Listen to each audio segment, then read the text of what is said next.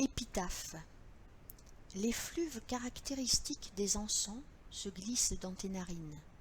Il fait noir et tu ne vois rien. Des fourmis commencent à chatouiller l'extrémité de tes pieds. Tes doigts lentement s'endolorissent et une crampe agrippe violemment ta cuisse droite. Ton dos est douloureux et une terrible envie de déglutir te saisit. Enfin, ton nez te démange, ta gorge et tes vêtements te grattent, et un cheveu s'est coincé dans les cils de ton œil gauche. Rien ne passe, le temps suit son propre cours et ton nez te gratte toujours. Tu es seul et tu attends, sans autre distraction que toi-même et ton être mal foutu. Insomniaque d'un jour, tu cherches à te rassurer. Mais la seule voix qui te parvient, c'est la tienne. Seulement le sort a fait que petit enfant trahi, que tu as été, tu n'as jamais su te parler. Pourtant, si tu tends l'oreille pour écouter ce que l'obscurité a à te dire, tu entendras ta voix te murmurer dans la nuit que l'aurore n'est rien sans la fraîcheur du soir.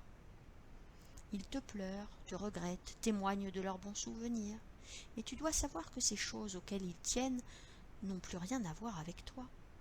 En ta mémoire, ils parlent de ce que tu as été et se distribuent ce que tu avais. Tout semble minuscule. Tes meubles, tes photos, ton profil en ligne, ta garde-robe infinie et tes trésors. Et c'est insupportable. Ces voix familières semblent bien fades à côté de ta peur de les laisser, et leurs derniers mots t'invitent au tien. On attend la mort sans le vouloir, pensant que la vie qui a la force des dieux permet de rejeter et de contrer ce qui est la finalité. Et tu te demandes si, en ton temps, tu ne te perdais pas dans les univers merveilleux de tes distractions répétitives. Si le piège du miroir des désirs ne reflétait pas sur ta vie un monde de fées inventées. De même, au crépuscule de ta vie, tu penses à ce que tu as fait par désir, avidité ou par manque d'intelligence. Sévère comme tu peux l'être avec toi-même, tu cherches à placer sur la balance de ta morale, face à ces actions, ce que tu as fait par amour en cherchant à oublier la part qui t'y était dédiée.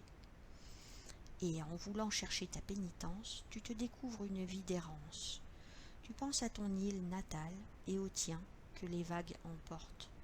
Et tu regrettes de ne pas avoir jeté une bouteille à la mer.